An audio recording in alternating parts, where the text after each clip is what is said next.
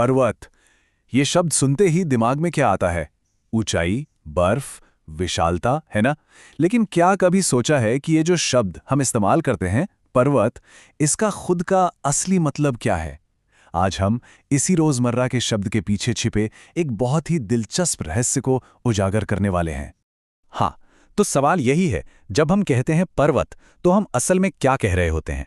ये सिर्फ किसी ऊंची जगह का नाम तो नहीं हो सकता, राइट? इसके अंदर एक पूरी की पूरी परिभाषा छिपी है। तो चलिए इस भाषाई सफर पर निकलते हैं और देखते हैं कि ये हमें कहाँ ले जाता है। अच्छा, किसी भी पहेली को सुलझाने का सबसे अच्छा तरीका क्या होता है? उसे छोटे छोटे टुकड़ों में तोड़कर देखना। तो बस हम भी पर्वत शब्द के साथ ठीक यही करने वाले हैं। चलिए इसे इसके मूल हिस्सों में तोड़ते हैं और देखते हैं कि इसके अंदर से क्या निकलता है। ये देखिए, पर्वत शब्द असल में दो हिस्सों का मेल है। पहला है पर और दूसरा है वत। अब मजा तब आएगा जब हम इन दोनों का अलग अलग मतलब जानेंगे। यहीं से पूरी कहानी खुलनी शुरू होती है। तो चलिए पहले हिस्से को लेते हैं, पर। संस्कृत और जो हमारी पुरानी भाषाएं हैं, उनमें पर का एक बहुत सीधा सा मतलब है ऊंचा या ऊपर। सिंपल, मतलब कोई ऐसी चीज जो जमीन से ऊपर की तरफ उठी हुई है। और अब दूसरा हिस्सा वत। ये ना शब्द के आखिर में लगता है और इसका मतलब होता है जिसमें वो गुण हो या उससे भरा हुआ। जैसे धनवत मतलब धन से युक्त, गुणवत मतलब गुणों से युक्त। समझ गए ना? तो अब आता है वो आहा मोमेंट, जब हम इन दोनों टुकड़ों को एक साथ जोड़ते हैं। पर मतलब ऊंचा और वत मतलब उससे युक्त। तो मिलकर क्या बना? वो जो ऊंचाई से युक्त हो। वाओ! मतलब सोचिए कितनी कितनी खूबसूरत और सटीक परिभाषा है ये, है ना, सिर्फ एक शब्द में। तो आज का विज्ञान क्या कहता है? आज की जियोग्राफिकल डेफिनेशन के हिसाब से एक पर्वत धरती का वो हिस्सा है जो अपने आसपास की जमीन से काफी ऊंचा हो और जिसकी ढलानें एकदम खड़ी हों। देखिए, यहां भी जो सबसे जरूरी चीज है वो ऊंचाई ही है। तो कनेक्शन तो दिख रहा है, लेकिन यहां एक छोटा सा पेंच है। साइंस में हर चीज की एक सटीक परिभाषा होती है। तो ऊंचा मतलब कितना ऊंचा? भाई, हर छोटे मोटे टीले को तो हम पर्वत नहीं बोल सकते हैं ना। तो आखिर वो कौन सी लाइन है, वो कौन सा नंबर है जो एक पहाड़ी को पर्वत बना देता है? और वो नंबर है 600 मीटर। 600 मीटर्स। जी हां, भूगोल के अनुसार कोई भी जमीन का हिस्सा अगर अपने आसपास के इलाके से 600 मीटर मतलब करीब करीब 2000 फीट से ज्यादा ऊंचा है, सिर्फ तभी उसे ऑफिशियली एक पर्वत का दर्जा मिलेगा। सरकारी परीक्षा की तैयारी में पहाड़ों से जुड़े कुछ शब्द ऐसे होते हैं जो सीधे सीधे नंबर दिला सकते हैं। तो चलिए आज पहाड़ों की इस पाठशाला में इन शब्दों को फटाफट समझ लेते हैं। तो सबसे पहला सवाल, आखिर ये शब्द इतने जरूरी क्यों हैं? भाई, बात सीधी सी है, ये सिर्फ ज्योग्राफी के कुछ टर्म्स नहीं हैं। ये वो सवाल हैं जो एग्जाम में सीधे स्कोरिंग का मौका देते हैं। और देखिए, ये कोई हवा में कही गई बात नहीं है। ये की टर्म्स, ये जो खास शब्द हैं, सरकारी एग्जाम्स में अक्सर सीधे सीधे पूछ लिए जाते हैं। तो चलिए अब और देर नहीं करते, शुरू करते हैं और एक एक करके इन्हें समझते हैं। तो चलिए अपना सफर शुरू करते हैं एक अकेले पहाड़ से। हम बिल्कुल उसकी चोटी से शुरू करेंगे और एकदम नीचे उसके बेस तक जाएंगे। अगर ये एक पहाड़ समझ आ गया ना, तो बाकी सब कुछ बहुत आसान हो जाएगा। अच्छा, तो किसी भी पहाड़ का सबसे ऊंचा हिस्सा मतलब बिल्कुल टॉप, उसे हम कहते हैं शिखर या अंग्रेजी में पीक। बिल्कुल आसान भाषा में ये वो पॉइंट है जिसके ऊपर और कुछ नहीं है, पहाड़ का सबसे ऊंचा बिंदु। अब देखिए, एक शिखर की कुछ खास बातें होती हैं। इसे समिट भी कहते हैं। और जाहिर है, जितनी ज्यादा ऊंचाई उतनी कम ऑक्सीजन, इसीलिए ज्यादातर शिखर बर्फ से ढके रहते हैं। और दुनिया में इसका सबसे बड़ा उदाहरण वो तो हम सब जानते ही हैं, माउंट एवरेस्ट। तो एग्जाम के लिए क्या याद रखना है? बस इतना सा कि जैसे ही शब्द पीक या शिखर सुनाई दे, दिमाग में तुरंत आना चाहिए सबसे ऊंचा पॉइंट। ये एक ऐसा सीधा सवाल है जो कई बार पूछा गया है। ठीक है, तो हम शिखर पर पहुंच गए। अब जब वहां से नीचे उतरना शुरू करते हैं, तो जिस झुकी हुई सतह पर हम चलते हैं उसे ही कहते हैं ढाल या स्लोप। ये असल में चोटी को जमीन से जोड़ने वाला रास्ता है। पर रुकिए, हर ढाल एक जैसी नहीं होती। एक होती है तीव्र ढाल, मतलब एकदम सीधी खड़ी चढ़ाई जैसी, जहां स्कीइंग जैसे एडवेंचर स्पोर्ट्स होते हैं। और दूसरी होती है मंद ढाल, जिसका झुकाव बहुत हल्का होता है। पहाड़ी इलाकों में जो सीढ़ीदार खेत दिखते हैं ना, वो इसी पर बनाए जाते हैं।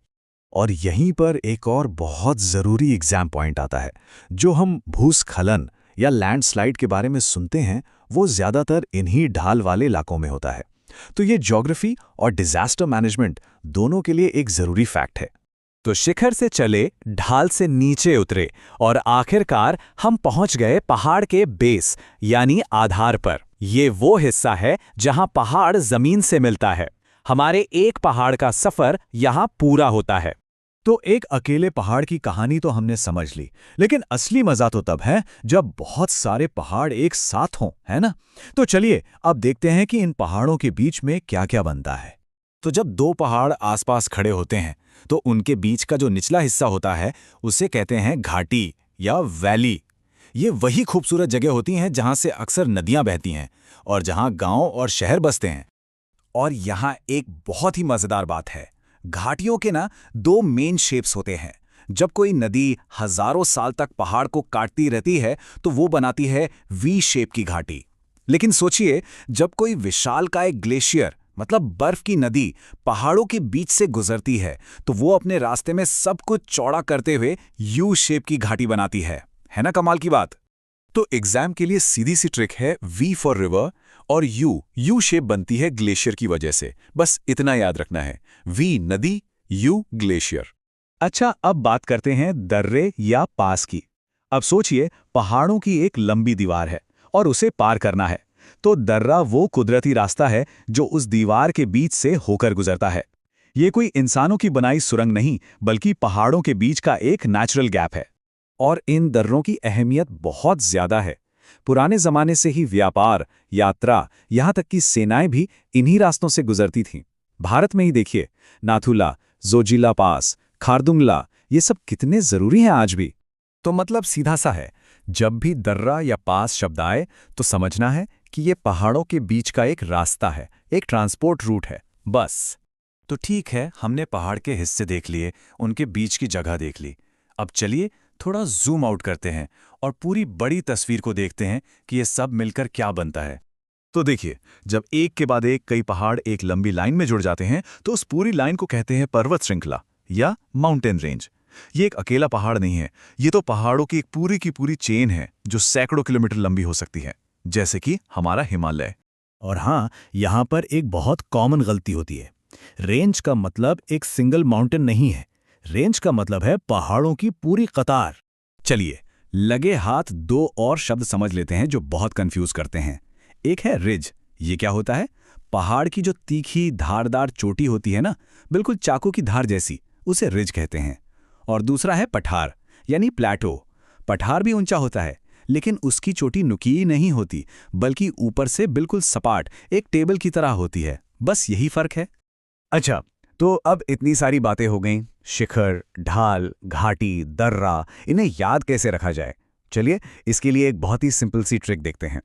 ये ट्रिक है शिढ़ा घा द श्रे। एक बार फिर से, शिढ़ा घा द श्रे। बहुत आसान है।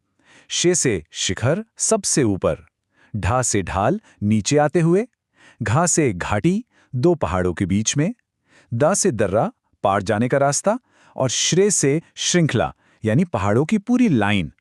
ये एक पूरा लॉजिकल ऑर्डर है।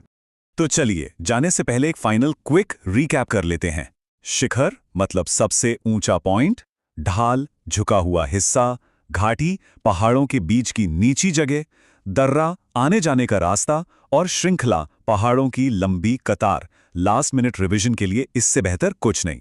कभी सोचा है कि ये जो इतने बड़े, इतने शानदार पहाड़ हमें दिखते हैं, ये आखिर बनते कैसे हैं? चलिए, आज पृथ्वी की इन सबसे भव्य संरचनाओं के पीछे के विज्ञान को समझते हैं। अच्छा, एक सवाल से शुरू करते हैं। आपने ध्यान दिया होगा कि हिमालय की चोटियां कितनी नुकीली और तेज धार वाली हैं, है ना?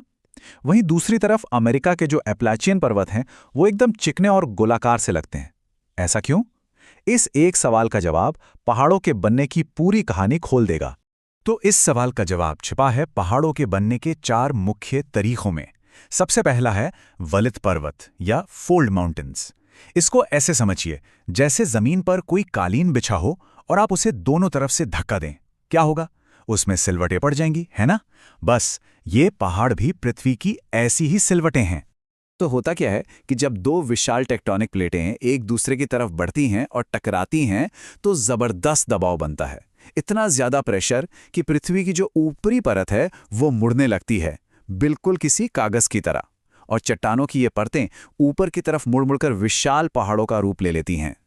और जानते हैं, दुनिया के कुछ सबसे प्रसिद्ध पर्वत बिल्कुल इसी तरह बने हैं।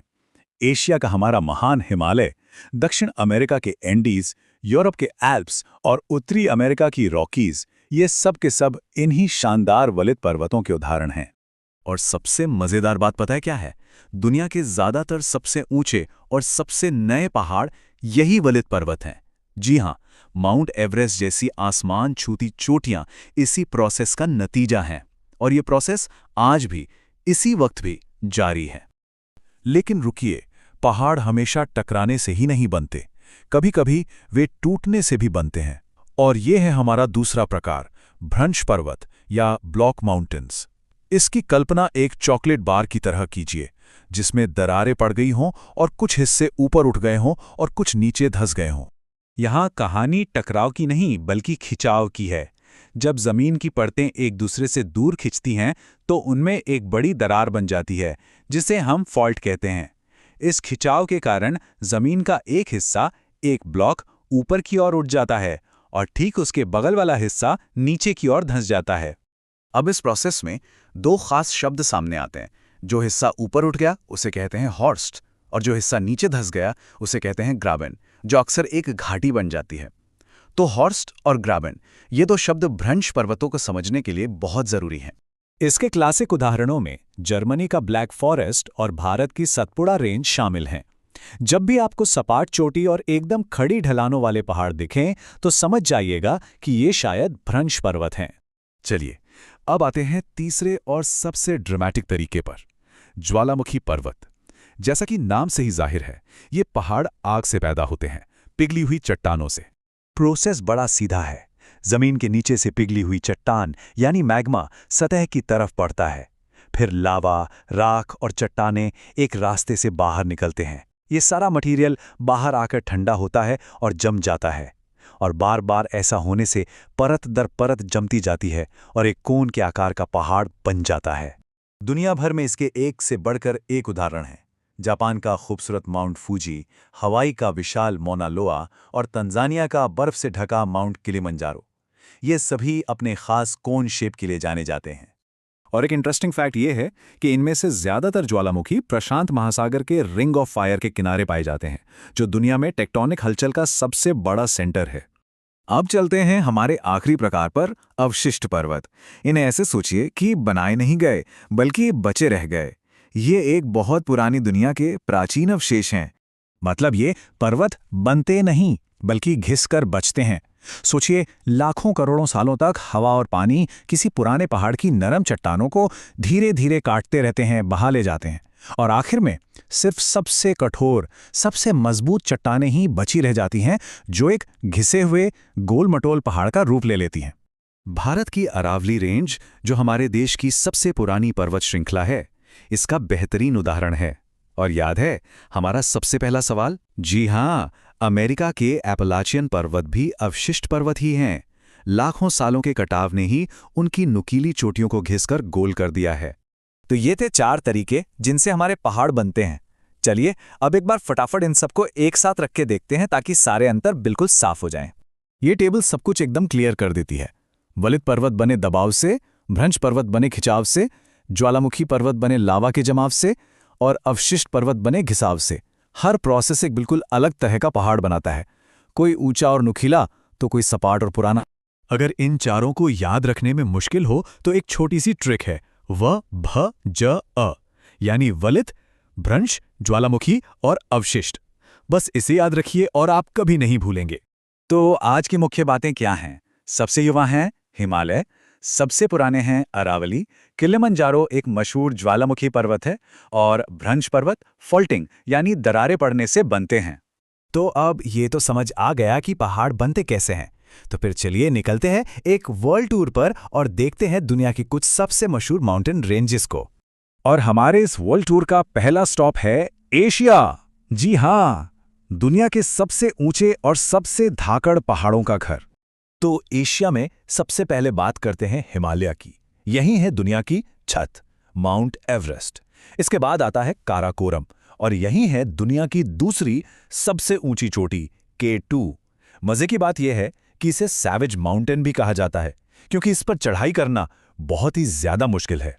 और फिर है हिंदू कुश, जो सेंट्रल एशिया की एक और बहुत जरूरी रेंज है। चलिए अब एशिया से निकलते हैं और अटलांटिक को पार करके पहुंचते हैं यूरोप और अमेरिका। देखते हैं वहां क्या है। यूरोप की बात करें तो सबसे पहला नाम आता है आल्प्स का। और यूराल पर्वत के बारे में एक इंटरेस्टिंग फैक्ट ये है कि ये यूरोप और एशिया के बीच की नेचुरल बाउंड्री बनाते हैं। अब अमेरिका की तरफ चलें तो नॉर्थ अमेरिका में है रॉकीज, लेकिन असली रिकॉर्ड ब्रेकर तो है साउथ अमेरिका की एंडीज रेंज। जरा सोचिए, ये इतनी लंबी है, इतनी लंबी कि पूरे कॉन्टिनेंट के वेस्ट कोस्ट पर फैली हुई हैं। दुनिया की सबसे लंबी पर्वत श्रृंखला। ओके, तो हमारे वर्ल्ड टूर का ये है आखिरी पड़ाव। अब चलते हैं अफ्रीका और ऑस्ट्रेलिया। अफ्रीका का ताज है माउंट किलिमंजारो, कॉन्टिनेंट की सबसे ऊंची चोटी। दिलचस्प बात यह है कि ये असल में एक ज्वालामुखी है जो अभी सोया हुआ है। नॉर्थ अफ्रीका में एटलस रेंज है और ऑस्ट्रेलिया की मेन माउंटेन रेंज है ग्रेट डिवाइडिंग रेंज, जिसे अक्सर ऑस्ट्रेलिया की रीढ़ की हड्डी भी कहा जाता है। पूरी दुनिया घूम ली, अब वापस आते हैं अपने घर भारत। और भारत जियोलॉजिकली एक बहुत ही कमाल की जगह है। पता है क्यों? क्योंकि यहाँ दुनिया के सबसे जवान और सबसे बूढ़े दोनों तरह के पहाड़ एक साथ रहते हैं। ये एक कमाल का कॉम्बिनेशन है ना। एक तरफ तो है एकदम यंग एनर्जेटिक हिमालय जो आज भी लिटरली बड़े हो रहे हैं, और दूसरी तरफ हमारे बुजुर्ग अरावली। ये इतने पुराने हैं कि डायनासोर के जमाने से भी पहले के हैं। सोचिए जरा, करोड़ों सालों की हवा पानी की मार ने इन्हें छोटा जरूर कर दिया है, लेकिन आज भी ये शान से खड़े हैं। लेकिन रुकिए, कहानी अभी खत्म नहीं हुई है। भारत में और भी कई इंपॉर्टेंट रेंजेस हैं। विंध्या रेंज, जो एक तरह से नॉर्थ और साउथ इंडिया को बांटती है। नर्मदा नदी के ठीक नीचे है सतपुड़ा रेंज। फिर आते हैं वेस्टर्न घाट, जो अपनी बायोडाइवर्सिटी यानी तरह तरह के पेड़ पौधों और जानवरों के लिए पूरी दुनिया में मशहूर हैं। और आखिर में ईस्टर्न घाट, जो एक टूटी हुई रेंज है लेकिन बहुत महत्वपूर्ण है। चलिए अब फटाफट कुछ रिकॉर्ड्स और फैक्ट्स पर नजर डालते हैं जो इन पहाड़ों को और भी स्पेशल बनाते हैं। नंबर 1, दुनिया का सबसे ऊंचा पॉइंट माउंट एवरेस्ट। हाइट है 8848.86 मीटर्स। अब ये कितना ऊंचा है इसका अंदाजा ऐसे लगाइए कि जैसे करीब 30 एफिल टावर एक के ऊपर एक रख दिए हों। और अगर सबसे लंबी माउंटेन रेंज की बात हो तो वो खिताब जाता है एंडीज को, करीब करीब 7000 किलोमीटर। ये इतना लंबा है जैसे दिल्ली से लंदन तक का सफर। और जैसा हमने अभी बात की, दुनिया की सबसे पुरानी माउंटेन रेंजेस में से एक हमारे अपने भारत में है, अरावली। ये तो जैसे धरती के इतिहास का एक लाइव म्यूजियम हो। ओके, इतने सारे नाम, इतने फैक्ट्स, थोड़ा कंफ्यूजिंग हो सकता है ना? कोई बात नहीं, इसको आसान बनाने के लिए कुछ मजेदार ट्रिक्स हैं। दुनिया की बड़ी रेंजेस को याद रखने के लिए बस एक शब्द याद रखिए, HARA। H for Himalaya, A for Andes, दूसरा A for Alps, R for Rockies और आखिरी A for Atlas. Simple, HARA।